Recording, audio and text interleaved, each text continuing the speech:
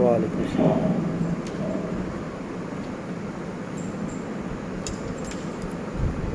إن الحمد لله نحمده ونستعينه ونستغفره ونعوذ بالله من شرور أنفسنا ومن سيئات أعمالنا من يهده الله فلا مضل له ومن يضلل فلا هادي له أشهد أن لا إله إلا الله وحده لا شريك له وأشهد أن محمدا عبده ورسوله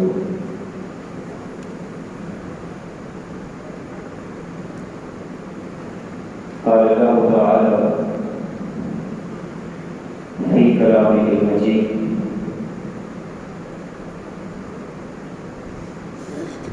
قل لا أسألكم عليه أجرا إلا المودة في القربى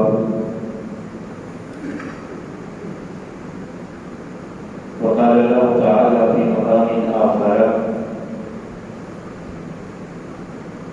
إن الدين عند الله الإسلام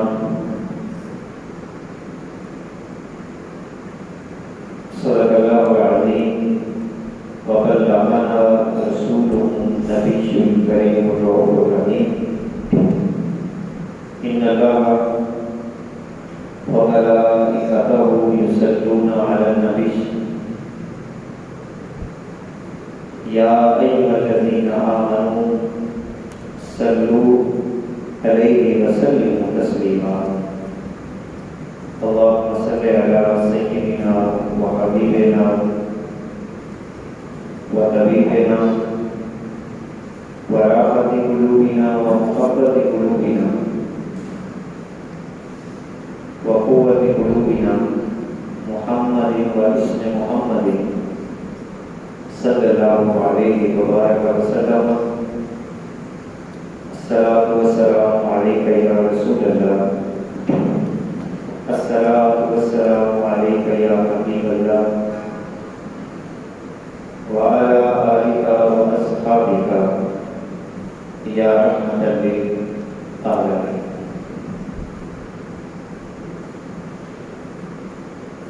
عزیزان محترم، اللہ رب العزت کی توفیق حضور سید عالم نور مجسم شفیع دو عالم آپ کی خصوصی توجہات کے بغیر رب الجلال نے ہمیں جمعے کا مبارک بھی نصیب کیا۔ دعا ہے کہ اللہ رب العزت ہماری حاضری کو اپنی بارگاہ میں شرف قبولیت عطا فرمائے،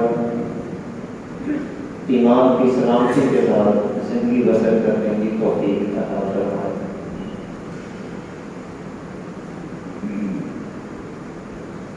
آج کا جمعہ مبارک ماہ محرم الحرام کہ جس کی نسبت اہل بیت اطہار رضوان اللہ علیہ اجمعین ان کی طرف کی ہے، اور پھر ماہ اگست کے حوالے سے یوم آزادی کا تصور بھی 14 اگست وہ بھی کل کا ہی دن ہے۔ تو انہیں دو نسبتوں کی وجہ سے آج کے عنوان کو منتخب کیا گیا ہے۔ دونوں پہلوؤں کو قرآن و سنت کی روشنی میں اور حالات حاضرہ کو مد نظر رکھتے ہوئے چند باتیں عرض کرنے کی کوشش کرتا ہوں۔ دعا ہے کہ اللہ رب العزت ہم سب کو شرح صدر عطا فرمائے، جس مقصد کے لیے انبیاء و مرسلین کے نیک بندے اس دنیا میں آتے رہے اور اللہ رب العزت کا پیغام کسی نہ کسی انداز میں، قول کی شکل میں، فعل کی شکل میں، اور اسی طرح اپنی جانوں کا نذرانہ پیش کر کے اپنا پیغام، اللہ رب العزت اور رسول کا پیغام لوگوں تک پہنچاتے رہے۔ یقیناً ہمارے لیے ان پاکیزہ ہستیوں کو مد نظر رکھتے ہوئے اپنی زندگی کے نظام کو متعین کرنا آسان ہو جاتا ہے۔ جہاں تک خانوادہ رسول صلی اللہ علیہ وسلم، آل بیت اطہار کی فضیلت کا پہلو ہے، اس میں کسی قسم کے شک یا شبہ کی بات نہیں ہے کہ آل بیت کی محبت، خانوادہ رسول صلی اللہ علیہ وسلم کی محبت ہمارے ایمان کے بنیادی لوازمات میں سے ایک لازم ہے۔ قرآنی آیات بھی اس پر گواہ ہے، اور خود رسالت امام صلی اللہ علیہ وآلہ وسلم نے ٹھیک ٹھیک اور واضح الفاظ کے ساتھ اس بات کا امت کے سامنے اظہار فرمایا ہے۔ سورہ شورى کے اندر رب الجلال ارشاد فرماتا ہے، اور یہ بات بھی آقا کریم علیہ الصلوۃ والسلام کی زبان پاک سے لفظ قل کہہ کر ارشاد فرمایا کہ قل لا اسألکم علیہ اجرا، اے محبوب آپ فرما دیں لا اسألکم علیہ اجرا، کہ میں نے تمہارے سامنے جتنی بھی محنت کی ہے دعوت و تبلیغ کے حوالے سے، اللہ رب العزت کا پیغام تم تک پہنچایا ہے، اور تقریباً ہر نبی نے یہ بات کی ہے، آپ مکی صورتوں کا مطالعہ کریں، ہر نبی نے یہ بات کی ہے کہ میں تم سے کسی قسم کا اجر نہیں مانگوں گا۔ مگر عجیب بات ہے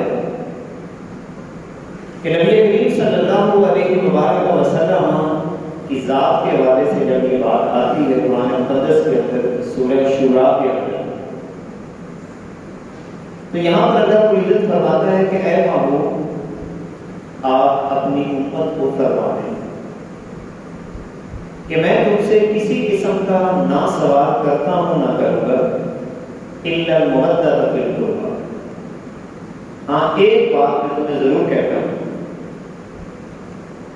کہ میرے جو قربا ہیں، میرے اہل بیت ہیں، میرے گھر والے، ازواج، بیٹی، نواسے، جتنے بھی آپ کے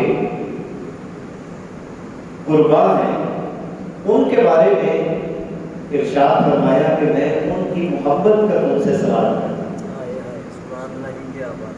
یعنی ان سے محبت کرنا، ان سے پیار کرنا۔ تو لہٰذا اس بات پہ تو کسی قسم کی دو رائے قائم ہو ہی نہیں سکتی کہ میں اور آپ یہ کہیں کہ خانوادہ رسول صلی اللہ علیہ وسلم کی محبت، اس کے بغیر ایک بندہ مومن کا ایمان بھی مکمل ہوتا ہے۔ عقیدت بھی لازم ہے، محبت بھی لازم ہے، احترام بھی لازم ہے۔ اور پھر آقا کریم صلی اللہ علیہ وسلم نے اپنے اہل بیت کے حوالے سے تین مقامات پر ارشاد فرمایا۔ ایک مقام پہ فرمایا کہ جو حسن اور حسین سے محبت کرتا ہے وہ گویا کہ محمد سے محبت کرتا ہے، اور جو مجھ سے محبت کرتا ہے وہ خدا کی ذات سے محبت کرتا ہے۔ اور دوسرے مقام پہ فرمایا کہ جو حسن اور حسین سے بغض رکھے گا اس نے گویا کہ مجھ سے دشمنی کی، اور جس نے مجھ سے دشمنی کی ہے اس نے گویا کہ اللہ کی ذات سے دشمنی کی ہے۔ پھر آقا کریم علیہ الصلوۃ والسلام نے حسنین کریمین کو جنت کے جوانوں کا سردار بھی فرمایا، اور خود آقا کریم علیہ الصلوۃ والسلام کی لگن، آپ کی محبت حسنین کریمین کے ساتھ کہ ان کا رونا برداشت نہ ہوتا، پیاس لگتی تو اپنی زبان مبارک ان کے دہن میں، ان کے منہ میں آپ ڈال دیتے، وہ زبان مبارک کو چوس لیتے، پیاس کی شدت ختم ہو جائے گا۔ اور اس سے بڑی بارکتی اور کیا ہو سکتی ہے کہ خود رسالت امام صلی اللہ علیہ وسلم حسنین کریمین کو اپنے کندھوں پہ سوار بھی فرماتے ہیں۔ اور پھر اس سے بڑھ کر اور مقام کیا ہو سکتا ہے کہ دوران خطبہ کہ جب حضور علیہ الصلوۃ والسلام منبر پہ تشریف فرما اور یہ شہزادے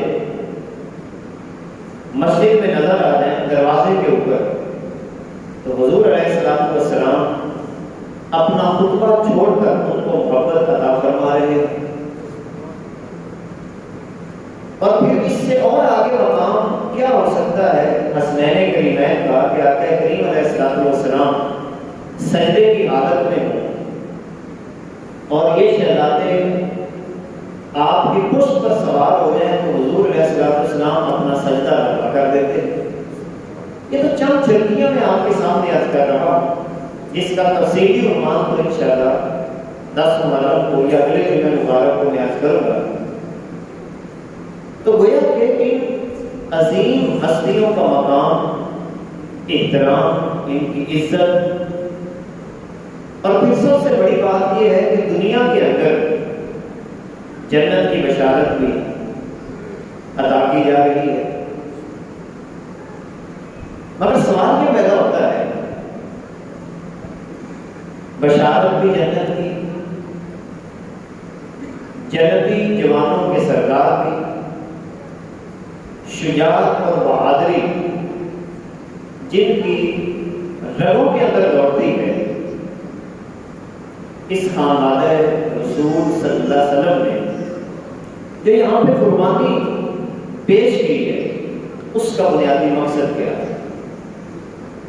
اور اسی طرح جو ساتھ ساتھ میں نے چند پہلو لے کر چلنے ہیں پاکستان کے بننے کے وجہ سے، اور بنیادی بات ان دونوں میں جو مشترک طور پر ہمارے سامنے آتی ہے کہ جتنے بھی ہمارے آباء و اجداد ہیں، وہ چاہے آل رسول ہوں یا اس کے علاوہ، ان لوگوں نے جو یہاں پر قربانی پیش کی ہمارے لیے، خون کے نذرانے پیش کیے، اپنی زمینوں اور جائیدادوں کو چھوڑا، اپنے علاقوں کو چھوڑا، ہجرت کی، اپنی آنکھوں کے سامنے اپنے بچوں کو ذبح ہوتے ہوئے دیکھا، خواتین کی عصمت کو تار تار ہوتے ہوئے دیکھا۔ سوال یہ پیدا ہوتا ہے کہ آج کے نوجوان میں یا بوڑھے میں یا آج کی عورت کے اندر ان باتوں کا احساس بھی موجود ہے یا نہیں؟ احساس زندہ کرنے کا بنیادی طور پر ہمارا مشن ہے، ہمارا مقصد ہے۔ دیکھیں امام حسین اور آپ کے ساتھی خانوادہ رسول اپنے کسی ذاتی منصب کے لیے میدان میں نہیں اترے، ایک نظام کے لیے اترے، اور امام حسین رضی اللہ تعالیٰ عنہ کا جو جہاد تھا یہ ایک نظام کے خلاف تھا۔ وہ نظام ظلم کا نظام، زیادتیوں کا نظام، اور پھر اسی انداز کے ساتھ جیسا کہ مورخین نے لکھا ہے کہ امام حسین رضی اللہ تعالیٰ عنہ جو اتنی بڑی قربانی پیش کی ہے، وہاں پر ایک ایسے حکمران کے مقابلے میں جو معاذ اللہ اس انداز کے ساتھ آگے بڑھ رہا تھا کہ بدکاری، شراب، جانوروں کی لڑائیاں، وہ معاشرے کے اندر ایسا انداز پیش کر رہا تھا جو اسلامی تہذیب کو آہستہ آہستہ ختم کرنے کا اس کا منصوبہ تھا۔ امام حسین رضی اللہ تعالیٰ عنہ نے ایک نظام کے خلاف اپنا کردار ادا کیا۔ قرآن مقدس میں کئی مقامات پر اللہ رب العزت ہمیں جوڑتا ہے انبیاء کی تاریخ کو بیان کرنے کے بعد یا اللہ کے نیک بندوں کے قصے بیان کرنے کے بعد کہ دیکھو جتنے بھی افراد اس کائنات کے اندر اللہ کے نظام کی سربلندی کے لیے اس دنیا کے اندر تشریف لائے، ان کا مقصد کیا تھا؟ اور پھر اللہ رب العزت قرآن مقدس کے اندر کئی انداز کے ساتھ ہمیں فرماتا ہے کہ تفکر کرو، تدبر کرو، تذکر کرو، اپنی عقل کا استعمال کرو کہ کیا وہ خرابیاں جو اس سے پہلے دوسری قوموں کے اندر موجود تھیں اور انبیاء کے مقابلہ میں جو قومیں آئیں، اللہ رب العزت نے ان کو نیست و نابود کیا۔ اللہ کے نظام کے مقابلے میں کسی اور نظام کو جب بھی نافذ کرنے کی کوشش کی گئی، اللہ رب العزت نے اس نظام کو تباہ کیا۔ لوط علیہ السلام کا قصہ پڑھے، حضرت شعیب علیہ السلام کی قوم کے حالات کو پڑھا جائے قرآن مقدس کی روشنی میں، سیدنا موسیٰ علیہ السلام کے حالات کو پڑھا جائے، کہیں پہ ناپتول کی کمی، حضرت صالح علیہ السلام کے حالات جب پڑھے جاتے ہیں تو وہاں پر بدماشوں کا دور دورہ تھا۔ بلکہ اللہ رب العزت نے قرآن مقدس میں بڑے واضح الفاظ کے ساتھ سورہ نمل کے اندر ارشاد فرمایا، جہاں پہ حضرت صالح علیہ السلام کا قصہ بیان کیا ہے کہ اس علاقے میں بدماشی کا دور دورہ تھا، لوگ بدماشیاں کیا کرتے، لوگوں کا مال چھین لیا کرتے، اور اللہ کے نظام کو ختم کرنے کے لیے حضرت صالح علیہ السلام کے قتل کا منصوبہ بھی بنایا، مگر رب ذوالجلال نے اس قوم کو بھی نیست و نابود کر دیا۔ قرآن مقدس میں جہاں پہ حضرت شعیب علیہ السلام کا قصہ بیان کیا گیا ہے تو وہاں پر فرمایا کہ اس قوم کے اندر خرابی کیا تھی کہ ناپ توپ میں کمی کیا کرتی تھی، سودا صحیح انداز کے ساتھ نہیں بیچا کرتے تھے۔ اللہ رب العزت نے اس قوم کو بھی نیست و نابود کر دیا۔ اور جہاں پر حضرت لوط علیہ السلام کی وہاں پر قصہ کو بیان کیا گیا ہے، اس مقام پر بدکاری اور بے حیائی کا تذکرہ ہے کہ قوم بے حیائی کی طرف راغب تھی، بے حیائی کی طرف راغب تھی، بدکاری کی طرف راغب تھی، تو رب ذوالجلال نے ان پر پتھروں کی بارش نازل کی اور مختلف قسم کے عذاب قوموں پہ نازل کیے۔ اور کئی مقامات پر تو اس انداز کے ساتھ رب ذوالجلال نے ذکر کیا کہ میں بعض قوموں پر اس انداز کے ساتھ عذاب نازل کرتا ہوں، جیسے حضرت شعیب علیہ السلام کا قصہ اللہ رب العزت نے قرآن مقدس میں بیان کیا ہے، ناپ تول میں کمی تھی، پھر قحط سالی آئی، اور ایسے محسوس ہوا کہ جیسے بادل آ رہے ہیں، بڑے خوش ہوئے کہ ابھی بارش نازل ہوگی، ہماری کھیتیاں آباد ہو جائیں گی، مگر اللہ رب العزت قرآن مقدس میں فرماتا ہے کہ وہ بارش نہیں تھی، وہ جو بادل آ رہے تھے جب ان پہ برسے تو آگ لے کر برسے۔ اب اسی طرح کی مختلف باتیں اللہ نے قرآن مقدس کے اندر ہمیں ذکر کی۔ اب یہ ساری باتیں میرے اور آپ کے لیے بہت بڑا سبق ہے کہ اس دنیا کو خوبصورت بنانے کے لیے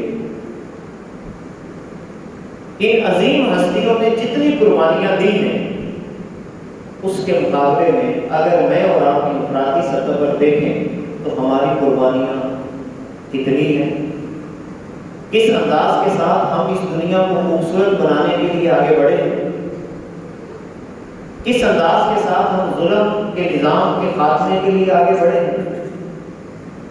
دیکھیں امام حسین رضی اللہ تعالیٰ واقعہ کربلا حق اور باطل کی ایک عظیم جنگ تھی، اور بنیادی طور پر اگر دیکھا جائے تو یہ بات واقعہ کربلا کے اندر ملتی ہے کہ جس مقام پر بہت سارے لوگ اللہ کے نظام کے مقابلے میں کھڑے ہوتے ہیں، اب آپ اور میں سمجھیں گے کہ اللہ کے نظام کے مقابلے میں ہم کیسے کھڑے ہیں۔ ہم سارے اپنی روزمرہ زندگی کا جائزہ لے لیں، صرف کلمہ پڑھ کے ہم اس بات کے اوپر فوگر ہوتے رہیں کہ ہم نے تو کوئی بہت بڑا کارنامہ سر انجام دیا ہے۔ ہم کتنے مقامات پہ جھوٹ بولتے ہیں، کتنے مقام پہ جھوٹی گواہیاں دیتے ہیں، ہم کسی پہ الزام لگاتے ہوئے کتراتے بھی نہیں ہیں، کسی کا مال چھینتے ہوئے کبھی کتراتے نہیں ہیں۔ ان حالات کے اندر آواز حق کو بلند کرنا، جب ہر طرف باطل کا دورہ ہو، باطل اپنے پورے پنجے گاڑ چکا ہو، اس باطل کے مقابلے میں حق کی آواز کو بلند کرنا، یہی امام حسین رضی اللہ تعالیٰ عنہ کا پیغام ہے۔ اس کے علاوہ کچھ نہیں ہے۔ یعنی امام حسین رضی اللہ تعالیٰ عنہ کی زندگی ہمارے لیے اس حوالے سے بہترین مشعل راہ ہے۔ مثال کے طور پر اگر میں اور آپ اپنا تجزیاتی مطالعہ کریں زندگی کے حوالے سے کہ ہم امام حسین رضی اللہ تعالیٰ عنہ کی حیات طیبہ کے مقابلہ میں کس درجے پہ کھڑے ہیں، تو ایک سادہ سی بات ہے، ہم کتنے مقامات پہ بک جاتے ہیں۔ کبھی والد کی خاطر بکتے ہیں، کبھی بیٹی کی خاطر بکتے ہیں۔ میں ایک مثال دینا چاہوں گا، فرض کریں خدا نہ خواستہ ہم میں سے کسی کے بیٹے نے کسی کے ساتھ کوئی زیادتی کی اور اس کو اریسٹ کر دیا گیا ہو، تھانے میں اس کی گرفتاری ہو گئی ہو، تو ہم میں سے کتنے ایسے لوگ ہیں جو مظلوم کا ساتھ دیتے ہیں؟ ایک چھوٹا سا سوال ہے، کتنے ایسے لوگ ہیں جو مظلوم کا ساتھ دیں؟ ایک مثال صرف میں یہاں پہ دینا چاہوں گا۔ ہم سب سے پہلے اپنا کوئی نہ کوئی تعلق ڈھونڈنے کی کوشش کرتے ہیں، جان چھوٹ جائے، بیٹا رہا ہو جائے، باپ نے جرم کیا ہے تو بیٹا اس کے لیے کوشش کرتا ہے، اگر میرے دوست نے جرم کیا ہے تو دوست کو چھڑانے کی غلط کوشش میں لگا ہوا ہوتا ہے، جھوٹی گواہیاں دینا شروع کر دیتا ہے۔ تو پھر نظام کیسے بدلے گا؟ باتوں سے نظام نہیں بدلا کرتے، اس کے لیے قربانی دینا پڑتی ہے، میرٹ پہ اپنی زندگی کو قائم رکھنا پڑتا ہے۔ یہی وجہ ہے کہ علامہ اقبال رحمۃ اللہ تعالیٰ علیہ نے بڑی پیاری بات کی، خودی کا سر نام لا الہ الا اللہ، اگرچہ بت ہیں جماعت کی آستینوں میں، اگرچہ بت ہیں جماعت کی آستینوں میں، مجھے ہے حکم اذان لا الہ الا اللہ۔ منافقت جہاں پہ عام ہو، جھوٹ جہاں پہ عام ہو، چور بازاری جہاں پہ عام ہو، رشوت کا دورہ ہو، عزتیں سر عام لٹ رہی ہیں، لوگوں کا خون سستا ہو گیا ہو، اور نہ کسی کی عزت کی پرواہ، نہ بڑے کی عزت کی، نہ چھوٹے کی عزت کی، جہاں سے مال آتا ہے کوئی پرواہ نہیں، حلال آ رہا ہے حرام آ رہا ہے، کسی کا مال لوٹا جا رہا ہے دوسرے کو کوئی فکر نہیں، اللہ کے نظام کی دھجیاں اڑائی جا رہی ہوں کسی کو کوئی پرواہ نہیں۔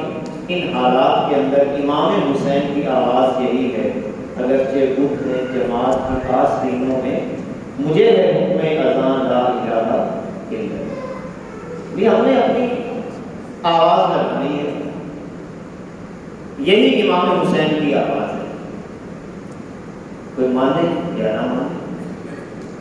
اگر صرف منوانا ہی ضروری ہوتا تو خانوادہ رسول صلی اللہ علیہ وسلم جو انہوں نے قربانی پیش کی ہے وہ تو شہادت کا رتبہ پا گئے، مگر اس سے معلوم ہوتا ہے کہ بعض دفعہ شہادت کا رتبہ ہی انسان کی جیت ہوا کرتی ہے۔ باطل کے مقابلے میں اگر سر کٹ بھی جاتا ہے تو یہ ہار نہیں ہوتی، یہی انسان کی جیت ہوتی ہے۔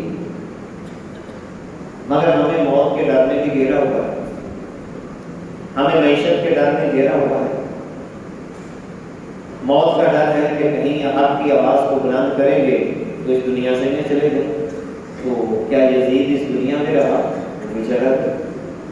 کیا نمرود اس دنیا میں رہا؟ وہ بھی چلا گیا۔ جتنی بھی باطل آوازیں تھیں جو اپنے آپ کو بڑی شے سمجھتے تھے، نہ نمرود رہا، نہ شداد رہا، نہ حامان رہا، کچھ بھی نہیں رہا۔ مگر آج سلام عقیدت ان ہستیوں کو پیش کیا جاتا ہے، ان ہستیوں کا نام لے کر انسان کے دل کو تقویت ملتی ہے جنہوں نے اپنی زندگی حق کی آواز کو بلند کرتے ہوئے گزاری۔ زندگی تو گزر ہی جانی، اسی لیے کہا کہ مجھے ہے حکم اذاں لا الہ الا اللہ۔ اور پھر علماء کہتے ہیں یہ دور اپنے براہین کی تلاش میں ہے، صنم کدا ہے جہاں لا الہ الا اللہ۔ اگر ہم اپنے دور کا جائزہ لیں، جس دور میں ہم اس وقت زندگی بسر کر رہے ہیں، پہلی بات تو یہ کہ ہم جائزہ نہیں لیتے، ہم اپنی موج مستی میں زندگی بسر کرتے ہیں، کبھی تنہائی میں بیٹھ کر سوچیں، کبھی، بلکہ چاہیے تو یہ کہ روزانہ کی بنیاد پہ ہمیں اس کو سوچنے کی ضرورت ہے کہ میرے ارد گرد کے حالات کیا ہیں، رہن سہن کیا ہے۔ ہم تو سڑک پہ جاتے ہوئے بھی کتنے ظلم کرتے ہیں، ہمیں تو اتنا بھی پتہ نہیں کہ گاڑی کیسے چلانی۔ آپ سڑک پہ جائیں، کتنے ایسے مقامات ہوتے ہیں کہ انسان کو برداشت کرنا پڑتا ہے، اور ایک بندہ غلط سائڈ پہ چل کر یا غلط انداز میں گاڑی چلا کر وہ فخر محسوس کرتا ہے۔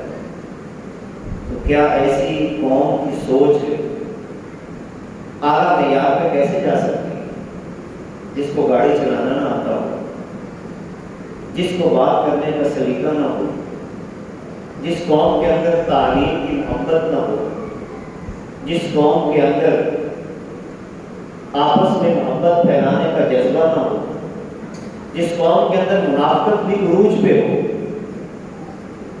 ہم پھر بھی خیر کی توقع رکھیں تو بڑی عجیب سی بات کرتی ہے، امن کی توقع رکھیں تو بڑی عجیب سی بات کرتی ہے۔ ہم اگر یہ توقع رکھیں کہ ہماری زندگیوں میں سکون آئے گا تو پھر یہ عجیب سا ایک دعویٰ ہے۔ کسی نے کہا تھا کہ ہر سو یزیدیوں کا زمانے میں زور ہے، ہر سو یزیدیوں کا زمانے میں زور ہے، منشور آج پھر ضرورت ہے حسین کی، منشور آج پھر ضرورت ہے حسین کی۔ یزید کا کردار پھیلا ہوا ہے، مگر حسینیت کا کردار کمزور پڑ گیا، کوئی حق بات نہیں کرتا، کوئی آگے نہیں بڑھتا، کوئی نظام کو سدھارنے کے لیے قربانی پیش کرنے کے لیے تیار نہیں۔ ہر بندہ ایک ہی فکر میں لگا ہوا ہے کہ کہیں مر نہ جاؤں، کہیں معاشی خرابی نہ پیدا ہو جائے، میرا رزق نہ بند ہو جائے، میری معیشت تباہ ہو جائے گی، لوگ میرے ساتھ تعلقات کو ختم کر لیں گے۔ کتنی پیاری بات اللہ کے نبی صلی اللہ علیہ وسلم نے ہمیں عطا فرمائی، من احب للہ وابغض للہ، جو اللہ کے لیے کسی سے محبت کرتا ہے اور اللہ کی وجہ سے کسی سے ناراضگی اختیار کرتا ہے، ہمارا مقصد تو اللہ کی ذات ہے۔ ومن آتا للہ ومن منع للہ فقد استکمل الایمان۔ کائنات کے آقا فرماتے ہیں کہ جو کسی کو دیتا ہے وہ اللہ کے لیے دیتا ہے، کسی سے ہاتھ روک لیتا ہے تو اللہ کے لیے ہے۔ فقد استکمل الایمان، اس بندے نے اپنا ایمان مکمل کیا۔ یہی وجہ ہے کہ ہم اپنی جتنی بھی تاریخ ہے اس کا مطالعہ کریں تو پھر نتیجہ یہی نکلتا ہے کہ کمزوریاں ہمارے اندر ہیں۔ مثال کے طور پر اگر ہم دیکھتے ہیں نظریہ پاکستان کے حوالہ سے، آج کی نوجوان نسل جس کو مختلف انداز کے ساتھ نظریہ پاکستان سے بھی دور رکھا گیا، علامہ اقبال کی شاعری سے دور رکھا گیا، مختلف اندازوں کے ساتھ مجھے اور آپ کو گھیر کر مغربی تہذیب کا دل دادا بنایا گیا، ہماری صبح اور ہماری شامیں اور ہماری راتیں کس انداز کے ساتھ گزرتی ہیں۔ لیکن کتنی پیاری بات کی تھی نواب بہادر یار جنگ نے، جب نظریہ پاکستان کی بات ہو رہی تھی تو نواب بہادر یار جنگ نے ایک خوبصورت تقریر کی تھی۔ اب ذرا اندازہ لگائیں اس ماحول میں جائیں کہ جب پاکستان بننے کی کوشش ہو رہی ہوگی اور اس وقت لوگوں کا جذبہ کتنا حسین ہوگا۔ جب نواب صاحب نے یہ بات کی تھی کہ لوگوں تیار ہو جاؤ، مدینہ منورہ کے بعد پہلی اسلامی ریاست بننے والی ہے، ذرا غور کیجیے، اس نعرے پہ غور کیجیے، مدینہ منورہ کے بعد پہلی اسلامی ریاست بننے والی ہے۔ اگلا جملہ ذرا نواب صاحب کا سنیے اور آج کے حالات پہ جائزہ لیجیے۔ نواب صاحب نے کہا تھا کہ انشاءاللہ جب پاکستان بن جائے گا اور مسجدوں سے اذانیں ہو جائیں گے تو لوگ اپنی دکانیں کو کھلا چھوڑ کر چلے جائیں گے اور کسی کو جرأت نہیں ہوگی کہ دکان سے کوئی چیز بھی اٹھا لے۔ مگر جائزہ لیجیے، آج تو بندہ دکان پہ بھی بیٹھا ہوتا ہے، ڈیجیٹل کے دور پہ اس کی سارے دن کی آمدنی ایک چور چکا لے جاتا ہے۔ ایک بندہ بیچارہ سارا دن مزدوری کرتا ہے کہ شام کے وقت اپنے بچوں کے لیے کوئی کھانے کی چیز لے کے جاتا ہے، وہ بازار میں جا کر تگاری اٹھاتا ہے، ریت اٹھاتا ہے، اینٹیں اٹھاتا ہے، سارا دن بیچارہ بہت پسینے ہوتا ہے، شام کو اس کو 1000-1500 دہاڑی ملتی ہے، شام کو آ رہا ہوتا ہے۔ اور کئی ایسے واقعات ہیں کہ 2 10 20 روپے کی خاطر وہاں پہ لوگوں نے قتل کیے۔ نظریہ پاکستان کدھر گیا؟ اس کو پروان چڑھانا کس نے ہے؟ اس کو آگے لے کے کس نے چل رہا ہے؟ دیکھیں پہلے تو اپنی کمزوریوں کا احساس کیجیے۔ میں آپ کو دعوت فکر دیتا ہوں، تنہائی میں بیٹھ کے سوچیے، قائد اعظم نے کتنی خوبصورت بات کی تھی کہ جس پاکستان کی بات ہم کر رہے ہیں اس میں کوئی رشوت کا دور نہیں ہوگا، کسی قسم کی رشوت نہیں ہوگی۔ تو کیا آج رشوت کے اڈے نہیں کھلے ہوئے؟ کہاں کہاں پہ رشوت نہیں ہے؟ قائد اعظم نے تو یہ بات نہیں کی تھی کہ اقربا پروری نہیں ہوگی، یہ ایسا نہیں ہوگا کہ میں اپنے قریبی رشتہ داروں کو نوازنا شروع کروں۔ تو کیا قریبی رشتہ داروں کی بنیاد پر ہمارے یہاں کتنے غلط فیصلے کیے جاتے ہیں؟ قائد اعظم نے یہ بھی کہا تھا کہ یہاں پر کسی شخص کو کسی دوسرے شخص پہ قومیت کی بنیاد پہ برتری حاصل نہیں ہوگی۔ ہم قومیت کی بنیاد پہ برتری بھی دیتے ہیں۔ سوال یہ ہے کہ بزرگوں نے پھر یہ محنت کیوں کی تھی؟ ہم ہندوؤں کے زیر تسلط رہتے پھر تو وہی ٹھیک تھا۔ ہم نے کیا کیا؟ کیا تعلیمی میدان کے اندر ہم آگے بڑھے؟ آپ ہر شعبہ دیکھ لیں، تعلیمی میدان کا شعبہ دیکھ لیں، ہماری محنت نمایاں طور پہ نظر نہیں آتی۔ اگر میں اور آپ معاشرتی نظام کے حوالے سے دیکھیں، وہاں پر محنت وہ خاص طور پہ نظر نہیں آتی، بلکہ دیکھا جائے تو اپنوں کو قتل کر دیا جاتا ہے، عزتیں سریعام لوٹی جا رہی ہیں، کسی کو احساس ہی نہیں، کسی کی عزت پہ ہاتھ ڈالتے ہوئے مجھے شرم ہی نہیں آتی کہ میں مکرمہ ہوں، یا مجھے یہ پتا ہو کہ فلاں بندہ لوگوں کی عزت سے کھیلتا ہے، اس کے لیے میری جدوجہد کتنی ہے کہ میں اس کے رعائی کرنے کو روک سکوں، یا اگر مجھے یہ پتا ہے کہ میرے ارد گرد میرا بچہ، میرا جاننے والا، میرا دوست شراب کے جوئے کے اندر مبتلا ہے، تو میں نے اس کی تربیت کا کتنا اہتمام کیا کہ اس کو شراب اور جوئے سے نکال کر مسجد کی طرف لے کے، اور اگر مجھے اس بات کا پتا ہے کہ فلاں بندہ جو ہے وہ لوگوں کا مال چھین لیتا ہے، وہ ناجائز قبضے کرتا ہے، وہ ظلم کا بازار گرم کیے ہوئے، تو میں نے اس کا راستہ روکنے کے لیے کتنی کوشش کی، بلکہ بعد اپنا معاذ اللہ مسافر بن جایا کرتے ہیں۔ جس کے ساتھ میرا تعلق ہے، اس کے ساتھ میرا بڑا پرانا تعلق ہے۔ شریعت اسلامیہ میں تعلق کو نہیں دیکھا جاتا، شریعت اسلامیہ میں خدا کی ذات کو دیکھا جاتا ہے۔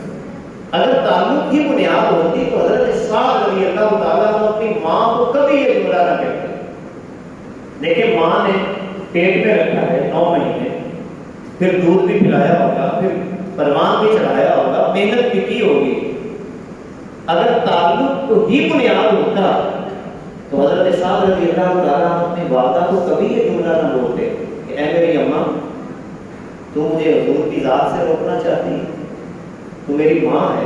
دیکھیں، ماں ہے، اس میں کوئی دوست بھی نہیں ہے، کوئی رشتہ دار بھی نہیں ہے، کوئی میل ملپا بھی نہیں ہے، کچھ بھی نہیں ہے۔ معیار کیا ہے؟ خدا اور اس کے رسول کی ذات۔ تو میری ماں ہے، مگر ایک بات یاد رکھ، تیرے جیسی 100 مائیں بھی آ گئے، تیرے جیسی 100 مائیں بھی آ گئے، اور ایک دفعہ مریں پھر جئیں، پھر مریں پھر جئیں، پھر مریں پھر جئیں، اور ہر دفعہ وہ یہ کہے کہ محمد کو چھوڑ دے تو میں 100 مائیں کو قربان کر سکتا ہوں، محمد عربی کو نہیں چھوڑ سکتا۔ اچھا، کبھی میں نے اپنا جملہ کسی دوست سے بولا کہ جناب تو اللہ اور اس کے رسول کی نافرمانی کر رہے ہیں، زیادہ اس حوالے سے میرا تیرے ساتھ کوئی تعلق نہیں، دوست ہوگا اپنی جگہ، مگر اللہ اور اس کے رسول پہ کوئی کمپرومائز نہیں۔ میں جھوٹوں کا ساتھ بھی دوں، چوروں کا ساتھ بھی دوں، ڈکیتوں کا ساتھ بھی دوں، رشوت ستانیوں کرنے والوں کا ساتھ بھی دوں، اور پھر کہوں کہ میں پاکستان کے لیے خدمات سر انجام دے رہا ہوں، اور پھر یہ دعویٰ کروں کہ میں اسلام کے لیے خدمات سر انجام دے رہا ہوں۔ یہ سب جھوٹے دعوے ہیں، سب جھوٹے دعوے ہیں۔ اسلام ٹوٹل انسان کے بدن کو چاہتا ہے کہ تو میری بات کرتے آ جائے۔ آدھا پیتل اور آدھا بٹیر اسلام کبھی بھی پسند نہیں کرتا۔ یارو، غیروں نے حضور علیہ السلام کی زندگی پہ کام کیا۔ ابھی آج کل ایک کتاب میں پڑھ رہا تھا، وہ میں ساتھ ہی لے رہا، یہ ایک ملحد کی لکھی ہوئی کتاب ہے۔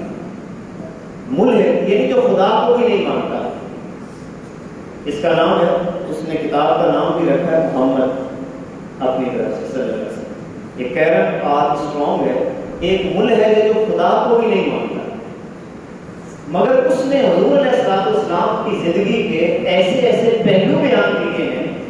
دیکھیں، اللہ کام لینا چاہے تو پھر کیسے لے لیتا ہے۔ ملحد، خدا کو بھی نہیں مانتا، رسول کو بھی نہیں مانتا، مگر اللہ نے اس سے کام یہ لیا کہ حضور کی زندگی پر اس نے اس انداز کے ساتھ کتاب لکھی کہ اس کتاب کو پڑھ کر کئی عیسائی مسلمان ہوئے، کئی عیسائی اس کو پڑھ کے مسلمان ہوئے۔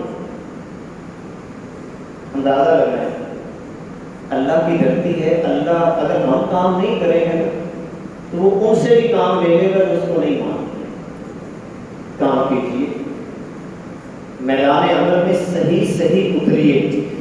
کسی نے بڑی ہم تقویٰ چاہتے ہیں کہ ہمیں تقویٰ نصیب ہو جائے، صوفی بن جائے، اللہ والے بن جائے، تو کسی نے بڑی پیاری بات کی، باطل کے اقتدار میں تقویٰ کی آرزو، باطل کے اقتدار میں تقویٰ کی آرزو، حسن فریب ہے جو ہم کھا رہے ہیں، حسن فریب ہے جو ہم کھا رہے ہیں۔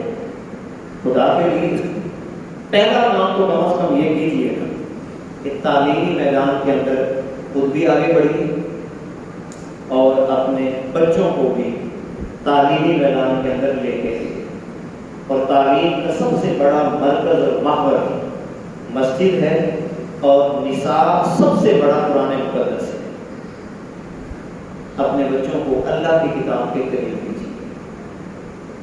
کیسے کرنا ہے اس کے بڑے بڑے انداز.